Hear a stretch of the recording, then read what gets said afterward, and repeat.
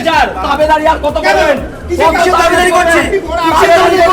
100% আপনারা কি মনে করছেন? তাবেদারি করছেন, কি মনে করছেন? আপনারা তাবেদারি করছেন, আপনারা তাবেদারি করছেন, আপনারা হ্যাঁ বলুন এসডিও। ঠিক আছে, আপনারা তাবেদারি করছেন। ভিডিও অফিসের ভিডিওর সামনে একজন কর্মচারী আমার কানে কানে এসে বলে গেল, তুই বাইরে বেরোলে না, বেশি বেশি করিস না, মার্ডার হয়ে যাবি। তোর কিন্তু মার্ডার হওয়ার সময় হয়ে গেছে। হাঁসখালির ভিডিওর সেদিনকের আচরণ পক্ষপাত দুষ্ট ছিল, তার বয়ানেই বোঝা যাচ্ছে। একজন ভিডিওর উপস্থিতিতে কি অনুপস্থিতিতে যেভাবেই হোক না কেন, তিনি ওই ট্রেনিং সেন্টারের প্রধান এবং তার ভোটকর্মী ট্রেনিং নিতে এসে অন্যায়ের প্রতিবাদ করে প্রহৃত হয়েছেন, রক্তাক্ত হয়েছেন।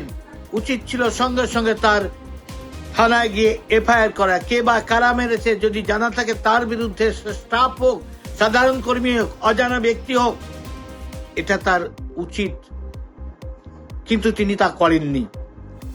অতীতেও তার নিরপেক্ষতা নিয়ে প্রশ্ন আমি দেখেছি। তিনি যে দলের ক্যাডার, এরকম বহু ভিডিও আছে, তারা সরকারি কর্মী বলে মনে হয় না, দলের তৃণমূলের একদম দলদাস ক্যাডার।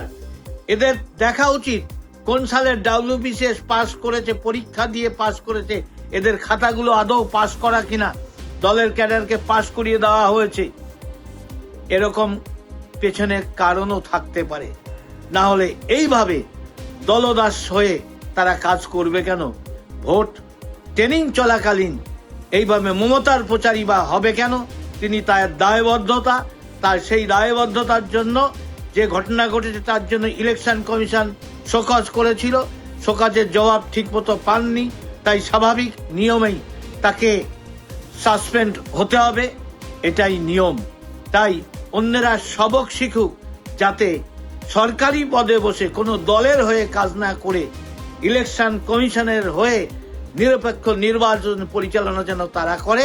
অন্যায় করলে তার বিরুদ্ধে তার পদক্ষেপ নিতে হয়। এটা এই ঘটনার মধ্যে দিয়ে তারা শিক্ষা পাবে। সঠিক তদন্ত সাপেক্ষে তার যে অপসারণ করা হয়েছে, সেই অপসারণের ক্ষেত্রে ভূমিকা পালন করার ক্ষেত্রে দুর্বলতা থেকে যাচ্ছে নির্বাচন কমিশনের।